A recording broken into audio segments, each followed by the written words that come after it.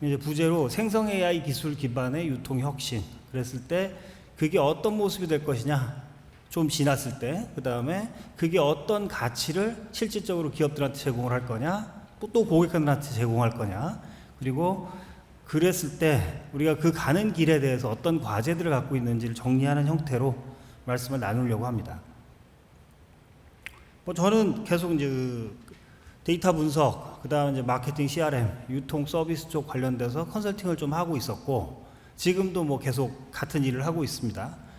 제가 오늘 이제 말씀드리면서 어떤 입장에서 어떤 스탠포인트를 가지고 말씀을 드릴 거냐 생각을 해봤는데, 기본적으로는 지금 이제 우리가 챗GPT 얘기를 들었지만 아직 익숙하지 않은 이 생성 AI의 여러 가지 기능들, 그 기능들이 어떤 지역적인 기능들이 유통업의 업무하고 어떻게 만날 수 있는지를 조금 구체적으로 보여드리고, 그게 완성된 모습은 아니라도 어떻게 발전해 갈 건지를 좀 생각해 보면서 결론적으로 우리가 뭘 고려하고 뭘 주의해야 될지까지 가능하다 그러면 좀 짚어봤으면 합니다.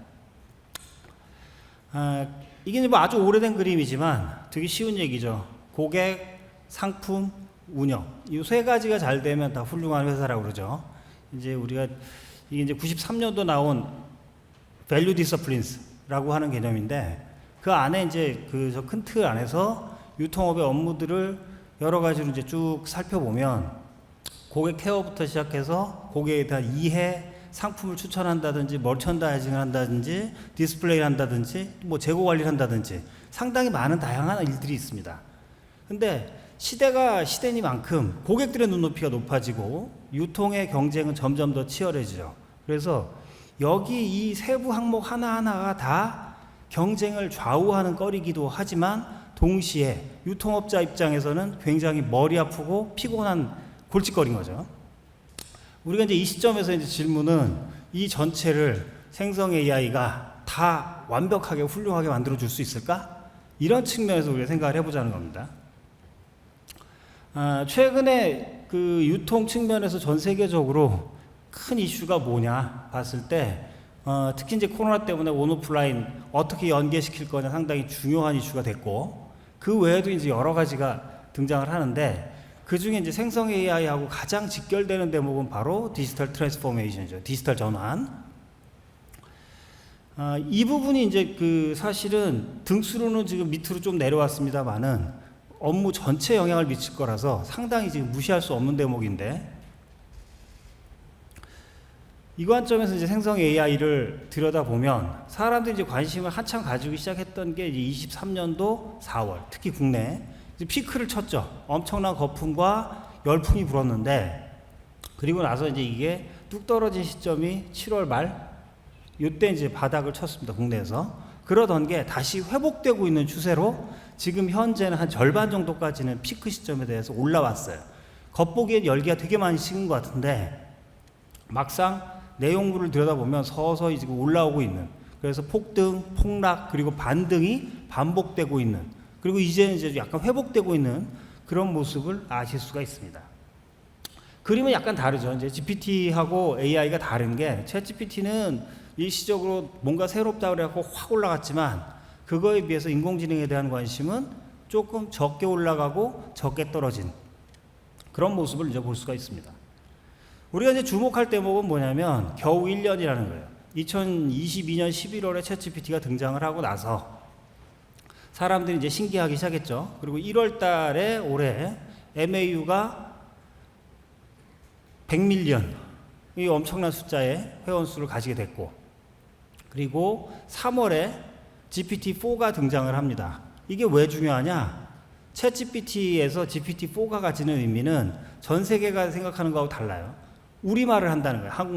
한국말로 물어봐도 되고 한국말 알아듣는다는 거 어느 정도, 그리고 한국말로 말이 되는 내용들을 어느 정도 찾아온다는 거죠. 이건 이제 굉장히 우리 입장에서는 굉장히 결정적인 그 이벤트였고, 그게 한국 내 관심 피크를 23년 4월에 가져오게 됩니다. 그 이후에도 8월에 코드 인터프리터라는 데이터 분석하는 도구가 챗GPT에 포함됐어요. 그리고 8월에 또 그 엔터프라이즈 버전, 그래서 기업용으로 본격으로 사용할 수 있는 기능이 추가가 됩니다. 그 이후에도 달리라든지 또는 뭐 이미지를 입력해서 비전이라고 하는 기능, 이런 것들이 계속 추가가 되면서 겨우 1년이라는 매우 짧은 시간 동안 이 발전의 속도가 엄청났던 거죠. 자, 지금 이제 우리가 주목할 만한 대목들, 최근에 벌어진 일은 뭐 앞에도 언급이 됐습니다만은 조금 구체적으로 보면 텍스트, 숫자, 이미지, 오디오, 비디오 뭐든 들어와도 상관없는 거죠. 뭐든 들어오고 그 결과가 다시 저 중에 어떤 형태로도 나올 수가 있어요. 그러니까 말로 얘기를 하고 그림을 그려라 얘기할 수도 있고, 숫자를 주고 저걸 그림을 그려라 할 수도 있는 거죠. 이 상태가 된 거예요. 이런 이제 교차 변환이 가능하니까 이제 유통에 생각을 해볼 수 있는 게, 예를 들면 텍스트로 되어 있는 상품 리뷰가 있다. 요걸 숫자로 바꿀 수 있다는 거예요. 또는 상품의 외형에 대해서 상품을 보여주고 말로 바꿀 수 있다는 거죠.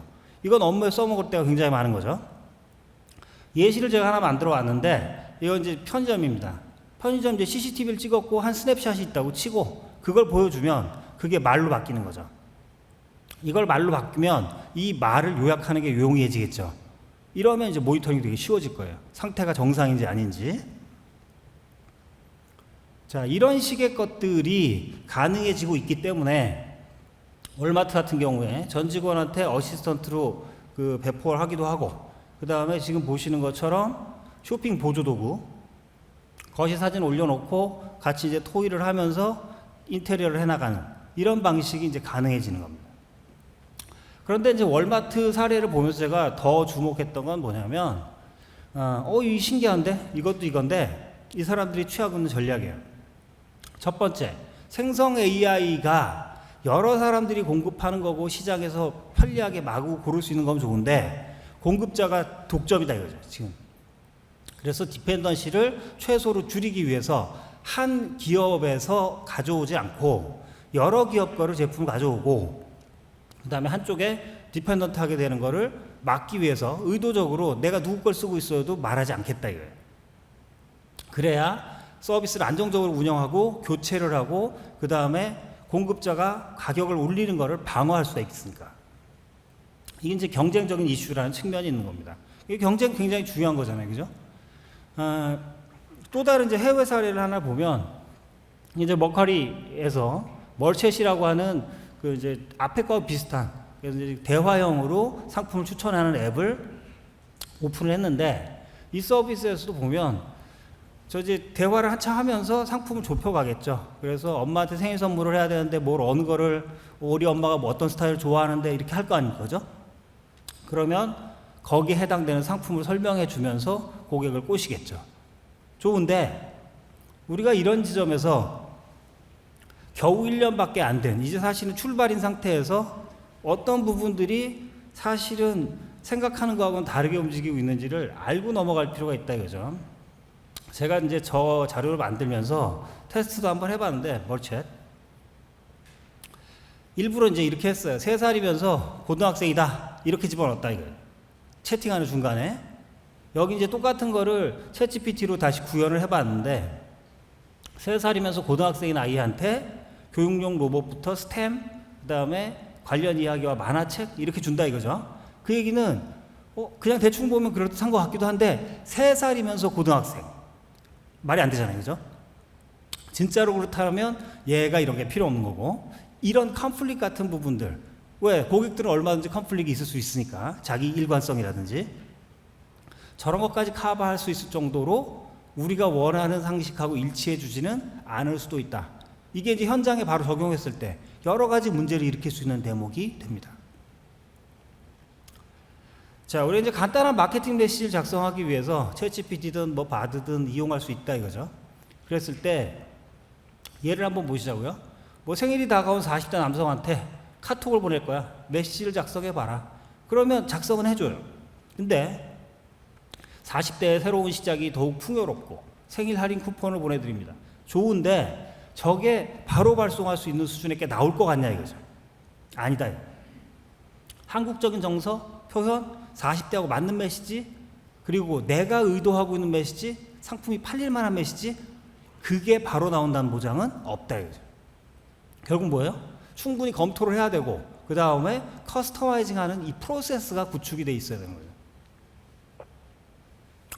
좋아진 것 중에 지금 이제 데이터 분석이 자동으로 될 수 있는 건 이제 엄청난 이 강점이 됐습니다. 여기 보시면 제가 데이터를 친환경 화장품하고 친환경 농산물 두 개에 대한 구글 검색량을 데이터로 줬어요.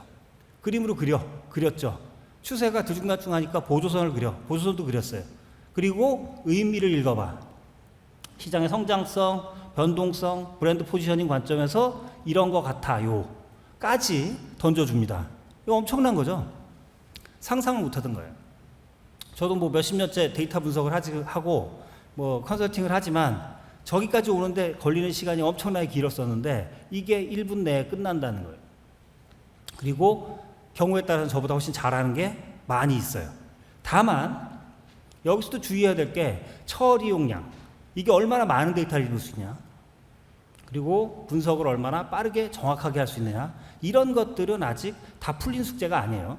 그거에 대해서 오해를 하시면 안 된다는 겁니다. 챗GPT를 이제 특별히 예로 들어서 보면 여기 이제 수치를 이해하는 방법, 이게 이제 맹점 중에 하나였는데 잘 한 개. 근데 이제 두 가지 방식이 있어요. 하나는 얘한테 이제 언어 모델이니까 숫자 못 읽으니까 프로그램을 생성을 시켜라. 그래서 그걸 돌려가지고 결과를 보는 방법이 있고, 두 번째 방법은 앞에 보셨던 것 같은 Advanced Data Analysis, 자동화된 분석 도구를 그대로 사용하는 거죠. 그럼 이제 이걸 가지고 데이터만 주면 돌려서 결과 나오고, 그 과정에서 가공, 정제, 시각화, 모델링, 해석, 어떤 제안, 이것까지 전반적으로 이제 다 커버가 됩니다. 저 밑에 이제 블로그 적어 놓은 거 있는데 조금 더 많은 얘기들을 저 블로그에서 보실 수 있을 거예요. 코드 생성 방식도 사실은 되게 현실적으로 쓸모가 많은 거예요. 우리가 이제 데이터 분석하는 업무가 유통에서 결코 비중이 작다고 생각하지 않습니다. 근데 저기 밑에 보시는 것 같은 저런 차트 하나를 그려내는데 실제로 기업의 마케팅 스텝이나 상품 관리자들이 상당히 많은 시간을 들여야 돼요. 이거를 뭘 원하는지를 던져주고, 결국은 이쪽에 스크립트 생성된 부분을 사실 뭐 내용을 잘 모른다고 하더라도 그대로 실행을 시켜주면 저런 형태로 만들어지는 거예요. 저거는 엄청나게 획기적인 이 속도와 생산성의 향상입니다. 그래서 뭐 유료로 안 하고 그냥 챗GPT 정도를 그냥 무료로 사용하신다고 해도 매우 쓸모 있는 것들을 바로바로 만들어서 쓸 수 있는 상황으로 바뀌었어요.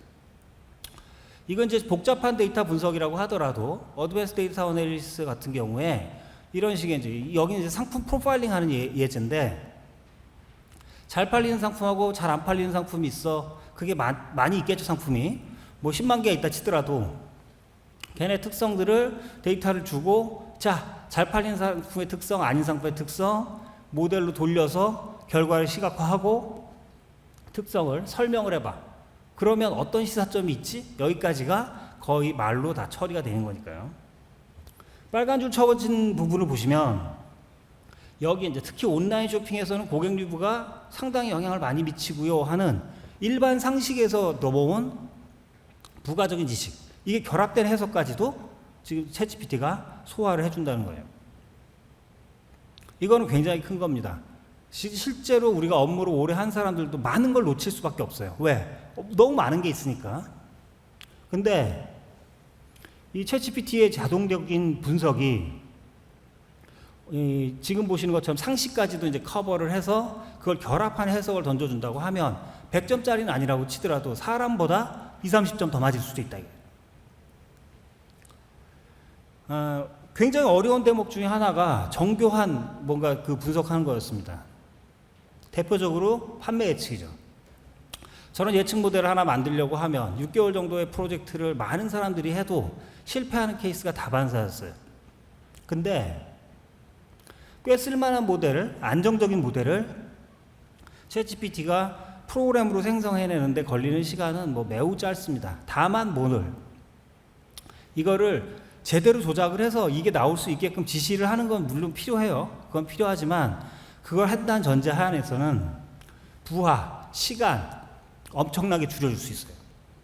거기에다가 비정형 데이터 변수 같은 것들을 추가를 해줄 수가 있습니다. 이미 챗GPT 같은 모델들이 가지고 있는 상식에 포함되어 있는 내용들을 데이터로 만들어줄 수가 있어요.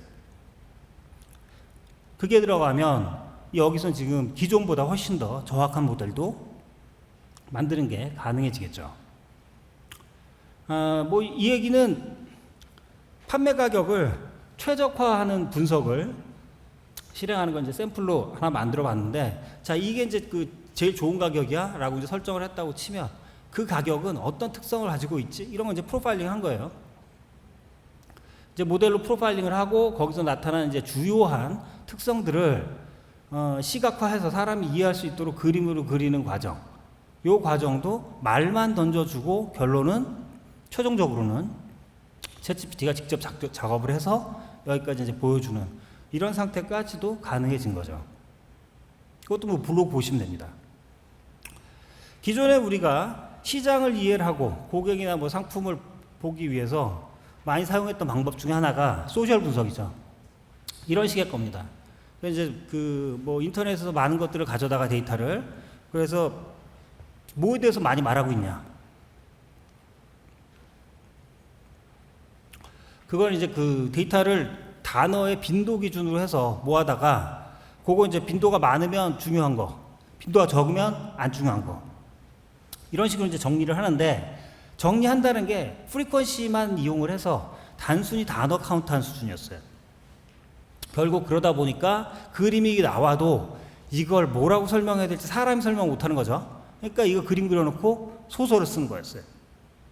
그래서 이제 소셜 분석이 아니라 사실 소설 쓴 분석이 되는 경우들이 굉장히 많았습니다. 이거를 챗GPT 같은 생성 AI를 이용해서 대체를 한다고 한번 시도를 해볼까요?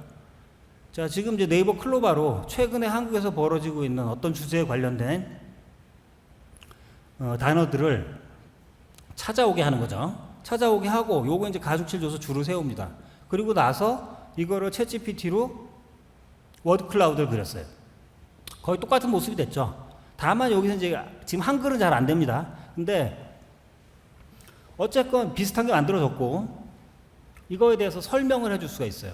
왜 설명을 해줄 수 있느냐? 의미론적으로 비슷한 애들을 연결을 해서 그린 거기 때문에. 이거는 굉장히 크죠. 거기다 이 설명이라는 게 챗GPT든 바드든 이 녀석들 자체가 이 내용에 대해서 세부적인 걸 파악을 해서 말로 설명해 줄 수 있으니까 이거는 뭐 전혀 엉뚱한 얘기, 소설로 지어낸 얘기하고는 차원이 다를 수밖에 없는 겁니다. 이런 게 가능한 건 그 지금 우리가 사용하고자 하는 언어 모델, 생성 AI에 이 모델들 안에 사물하고 개념에 대한 이해가 기본적으로 내장되어 있기 때문에 그런 거죠. 그래서 예를 들어 양평해장국이다. 이거 그리며 얘가 누구랑 비슷하냐? 보면 물어보면 소고기 해장국, 감자탕, 설렁탕, 맛, 재료, 조리 방식 이런 측면에서는 쟤네랑 비슷해. 이게 안에 들어있다는 거예요. 그렇기 때문에 단어들이 많이 이야기되는 거를 이해할 수가 있는 거죠. 이건 이제 확장해서 적용한다고 보고, 소비자 리뷰. 뭐 쇼핑몰 같으면 온라인에 고객 리뷰 막 달리죠. 그 리뷰를 우리가 감정 분석을 하겠다. 이것도 마찬가지 방식이 가능한 거죠. 리뷰를 분류하고 해석을 하고, 그 다음에 이거를 감정을 수치로 계량화시키고, 그 다음에 요약하고 재현을 만들고, 이게 가능해지는 겁니다. 여기 이제 블로그 내용 보시면 제주도에 있는 한 호텔에 있는데 실제 리뷰를 몇 개를 갖고 왔어요. 그리고 그 분류를 한 결과, 그 다음에 수치화시킨 결과를 가지고 집계를 했을 때, 가중평균해서 집계를 했을 때 69.17. 근데 리뷰들의 내용들을 보니까 이상한 것도 있어요. 편의점에 라면만 팔면 좋겠다? 저 호텔이 원래 라면 팔려고 하는 호텔이 아니잖아요. 그죠? 저건 필요 없는 리뷰란 말이에요. 저걸 걸러내는 기능도 소화를 해줘요. 자, 이런 것들이 이전에는 불가능하던 것들이었죠. 자, 이건 뭐 추가로 한번 보시면 시장이라는 게 살아 움직이는 생물이니까 공급자가 어떤 그 정책을 발표했다 이거예요. 어떤 이벤트가 생긴 거죠. 여기는 제가 예시로 그 농심이 완도 다시마를 왕창 샀다.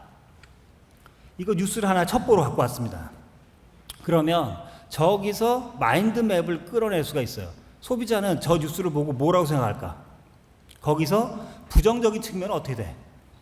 그렇게 해서 잠재적인 불만 요인을 보여주는 마인드맵을 그립니다. 마인드맵 역시 챗GPT가 그려준 거예요. 그리고 말로 설명도 하는 거죠. 우리가 뭐 파워포인트로 열심히 그 사장님한테 보고할 내용들 만들고 뭐 회의자료 만들지만 대부분 부족한 데이터, 엉성한 분석, 그리고 제대로 그려지지 않은 그림, 그 다음에 설명도 잘 안 달려 있는 건데 이런 것들이 이제 보강이 될 수가 있는 거죠. 자, 또 하나 이제 페인 포인트 중에 하나는 팔아야 되는데 유통업체가 뭘 파는지 잘 모른다는 거예요. 상품에 대해 이해가 떨어지는 거죠. 그러니까 이 상품은 뭐예요?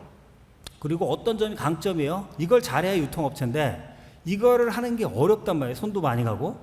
여기 이제 특정 회사의 걸 예로 하나 보여드리면 이 부대찌개라는 상품이 하나 있습니다. 근데 온라인 사이트를 보면 검색도 잘 안 나와요. 왜? 이게 그냥 이미지로 하나 딱 박아놨거든요. 그리고 그 안에 내용도 몇 개 없단 말이에요. 이 상품이 노출될 수 있는 기회 자체가 없죠. 그래서 여기 있는 그 다음에 인터넷에서 검색할 수 있는 약간의 힌트들을 모아다가 조사해다가 상품 소개서를 확장을 시킵니다. 그래서 만들어진 게 마지막에 보이는 이 버전이 된 거예요. 설명이 길어졌죠. 사람 보고 쓰라 그러면 제조사도 그 다음에 우리의 MD도 저렇게 못 써요. 여기에 이제 컨텐츠를 더 확장시켜주기 위해서 자, 부대찌개에 추가할 수 있는 토핑, 부대찌개를 팔고 싶은 거예요. 토핑은 안 팔 거예요. 하지만 무슨 토핑을 얹어서 먹어야 될까? 1, 2, 3 제육볶음 말 돼요. 청양고추, 깻잎, 된장, 콩나물, 숙주 말 됩니다. 부대찌개를 더 자주 살 수가 있어요. 이제 그죠? 이렇게 만들어줘야 되는 거죠. 자, 우리가 이제 뭐 옷을 판다고 생각해 볼까요? 그랬을 때 어떤 옷을 지금 유행하고 있는지를 파악하는 것 자체가 굉장히 어려운 일인데 지금 이제 챗GPT 같은 경우에는 빙을 이용을 해서 브라우징을 합니다. 인터넷 검색을 해서 트렌드라는 걸 읽어올 수가 있어요. 이걸 읽어오면 이걸로부터 어떤 상품이 실제로 존재하든 아니든 어떤 상품이 주로 인기예요. 이거를 말로 만드는 거죠. 그리고 나서 이 말로 만들어진 거를 시각적으로 보일 수 있는 가상의 상품으로 만들어내요. 그러면 이런 걸 만들어낸 걸 고객한테 보여주고 거기 매칭되는 상품을 고객한테 추천해 줄 수 있다면 이건 효과는 훨씬 올라가겠죠. 그죠? 이런 이제 응용도 추가로 갈 수 있어요. 예를 들어서 사진 하나 찍었다. 그리고 사진을 받았어요. 그러면 저 사진으로부터 많은 걸 파악할 수가 있습니다. 배경, 인물, 그 다음에 그 사람 주변에 있는 환경, 그 다음에 뭐 의상, 뭐 얼굴 생김부터 시작해서 많은 정보들을 추출을 해다가 저렇게 저 상태라면 옷은 저걸 추천해야 되겠고 F&B로 와인은 켄달 잭슨 쇼비뇽을 줘야 되겠고 호텔은 조선 팰리스를 추천을 해줘야겠고 하는 것들까지 실제로 연결시킬 수가 있어요. 이게 상상도가 아니라 실제로 저 그림에 수출한 걸 가지고 저 패션 저 부분은 달리가 그려놓은 추천한 내용이에요. 그리고 이제 뭐 여기 호텔이나 와인도 마찬가지입니다. 어드바이저죠. 이런 식으로 상품 추천 사기 적발 같은 이런 프로덕션 시스템 형태로 돌아가는 새로운 애플리케이션들을 만들 수 있는 기회가 있는 거죠. 자, 앞에 이제 월마트가 했던 거하고 비슷한 케이스를 한번 구현을 해보면 거실 사진을 찍어서 올렸습니다. 그러면 그걸 분석을 해요. 분석을 해서 그걸 업그레이드 할 수 있는 아이디어로 소품, 러그, 모듈, 식물, 조명 말로 만들어낼 수 있고 그걸 보여줄 필요도 없죠. 바로 완성도를 보여주면 돼요. 그리고 여기 내 상품만 연결시켜주면 바로 팔면 되는 거죠. 그죠? 여기에 이제 써먹을 수 있는 게 캐릭터라이제이션. 고객을 뭐 예쁜 모델을 그리는 게 아니라 고객을 그림으로 그려내는 거죠. 고객의 페르소나 플러스 알파를. 그래서 외모, 성격, 직업, 특히 이제 그 특이사항이나 소비 스타일, 패션 스타일 이런 것들을 캐릭터화 시키는 거예요. 그걸 캐릭터화 시켜서 그 캐릭터가 입은 모습을 보여주고 그 캐릭터가 이용하는 모습을 보여준다 이거죠. 이렇게 되면 이걸 이용해서 우리가 다양하게 사용할 수 있을 거예요. 브랜드 포지셔닝, 타깃 정의의 가시화, 내부적인 작업, 머티리얼 제작, 모델 선정 엄청난 용도로 유통해서 사용할 수가 있을 겁니다. 어느 정도까지는 되느냐, 반대로 어디까지밖에 안 되느냐를 한번 보시면 제 사진을 집어넣고 설명을 해라 그랬어요. 그리고 설명을 한 걸 가지고 다시 그려라 라고 했어요. 그러면 처음에 들어간 거하고 똑같은 게 나왔냐? 굉장히 비슷하면 성공한 거죠. 지금 많이 비슷합니까? 어때요? 좀 많이 달라요, 그죠? 근데 멀리서 보면 느낌은 좀 가요, 그죠? 요 정도까지가 뭐냐면 지금 와 있는 기술의 수준이고 한계인 거예요. 물론 이건 훨씬 더 발전을 하겠지만, 그죠? 여기까지를 이해를 하고 있어야 이게 당장 쓸 수 있는 건지 아니면 조금 더 기다렸다가 어떤 업무에 쓸 수 있고 어떤 데 쓸 수 없는 건지를 구분할 수가 있을 겁니다. 이게 뭐 재미삼아서 보여드리는 거기도 한데 짜장면 그리기예요. 이 달리3가 그린 짜장면 먹는 모습인데 짜장면 먹는 것처럼 보이십니까? 어떠세요? 짜장면 먹는 것 같아요? 대충? 저거는 한참 만에 여러 버전을 해보고 그중 최고로 성공한 버전이고요. 옆에 있는 것들은 실패작들이에요. 짜장면 그리라고 했는데 짬뽕을 먹는다든지 우육탕면 또는 메밀국수를 먹고 있는 경우가 왕창 나와요. 이게 뭘 의미하냐? 이 툴들이 데이터상으로 바이어스가 돼 있어서 짜장면이라는 걸 잘 모르는 거예요. 어떻게 생겼는지를. 이거는 우리가 한국 사람들이 유통에서 업무에서 활용하기 위해서 생성 AI를 사용하는 데 있어서 데이터 학습상의 바이어스가 어떤 영향을 미치고 그 덕분에 어떤 한계가 있는지, 그래서 이걸 어떻게 컨트롤해야 될 건지 이 부분에 대해서 중요한 시사점을 준다고 봅니다. 자, 여러 가지 이제 그림들을 조각조각 보여드렸어요. 뭘 의미하는지 한번 정리를 해보면 중간에 보여드렸던 내용들은 고객을 보여주기, 넌 이렇게 생겼어. 고객을 읽어주기, 말로 하면 그래. 고객이 원하는 걸 보여주기, 원하는 게 이렇게 생겼다. 상품은 이렇게 생겼고요. 말로 설명하면 이렇게 돼 있어요. 요약하면 이렇고요. 상품과 고객이 만나면 이 상태일 거예요. 이걸 만들어서 보여주는 거예요. 여태까지는 완전히 불가능했던 거죠. 그런데 이제 조금 진도가 나가고 있는 중인 겁니다.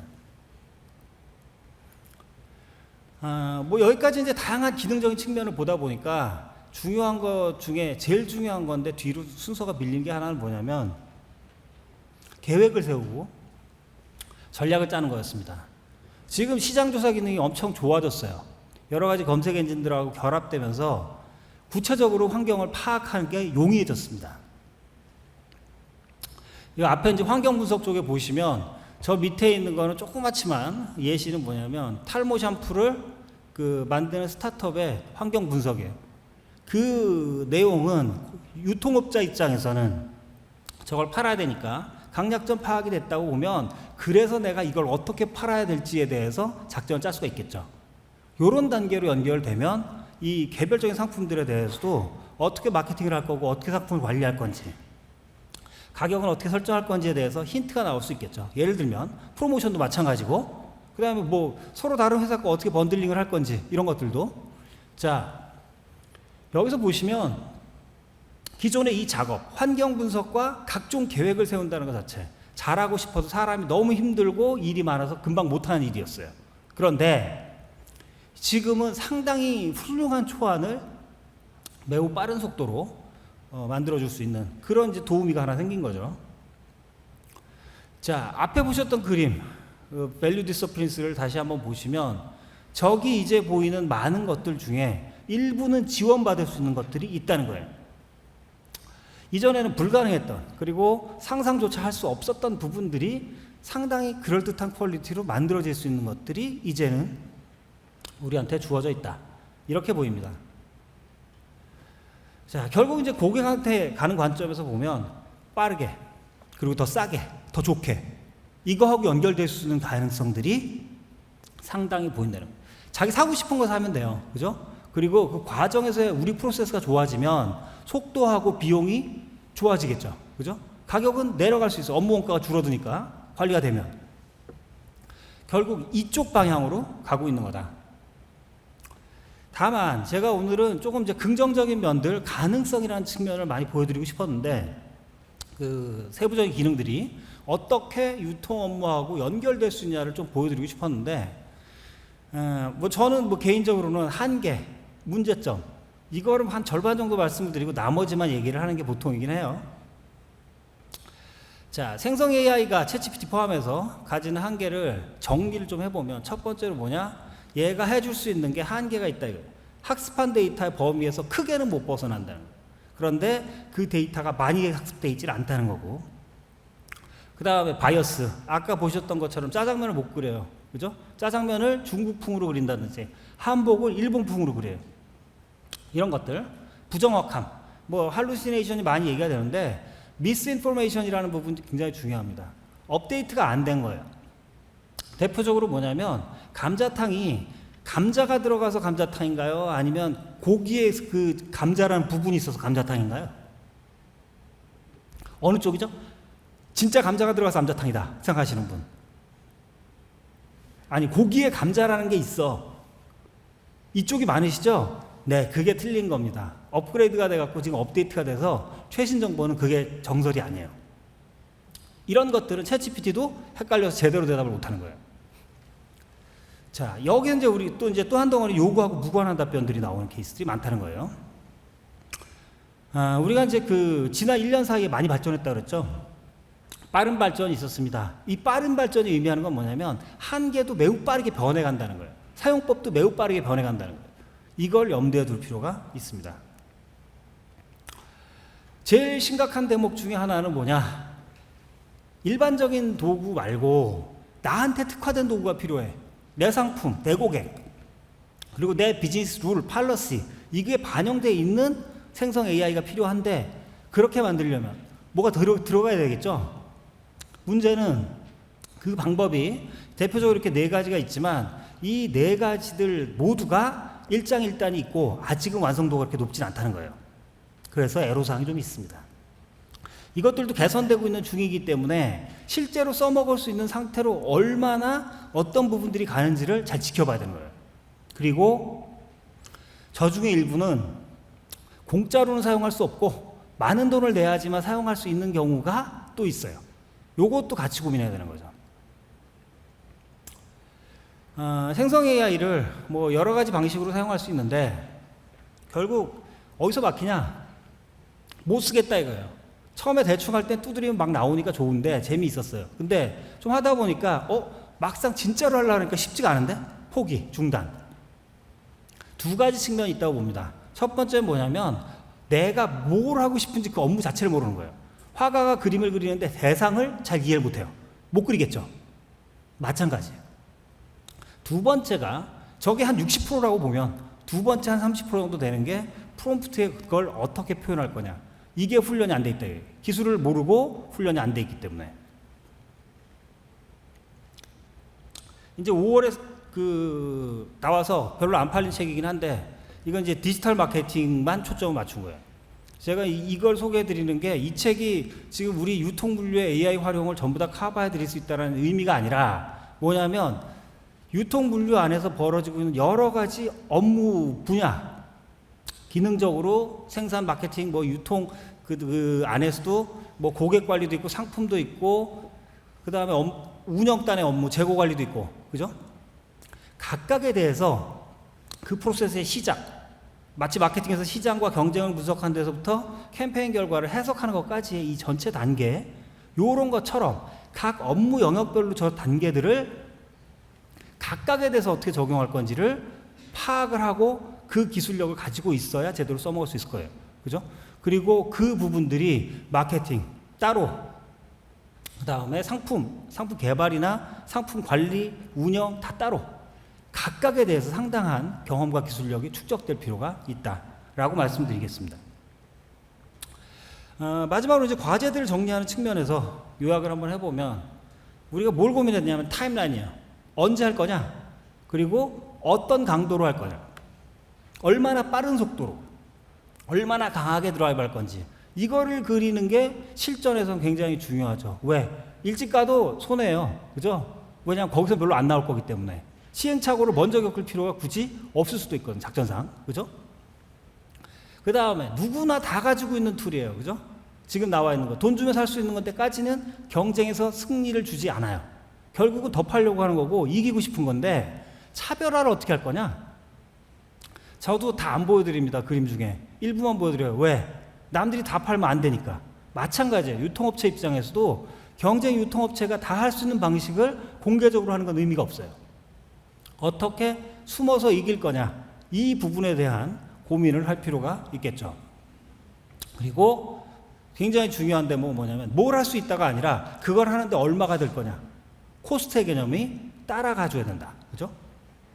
그리고 맨 마지막으로 이제 한 가지 짚을 부분은 뭐냐면 저거를 다 피 흘리면서 단체로 5만 명씩 갈 그럴 처지는 아닌 것 같다. 지금 당장은 많은 전망이 23년도에는 거품, 24년, 25년은 이제 프로덕션으로 넘어가면서 고민을 좀 하고 실제로 이게 돌아가게끔 만드는 작업이야 로 얘기하고 있지만, 제 생각에 우리나라 유통은 아직은 거품이 별로 안 생겼다. 그렇게 많이 저거에 대해서 확신을 가지지 않은 상태다라고 생각을 해요.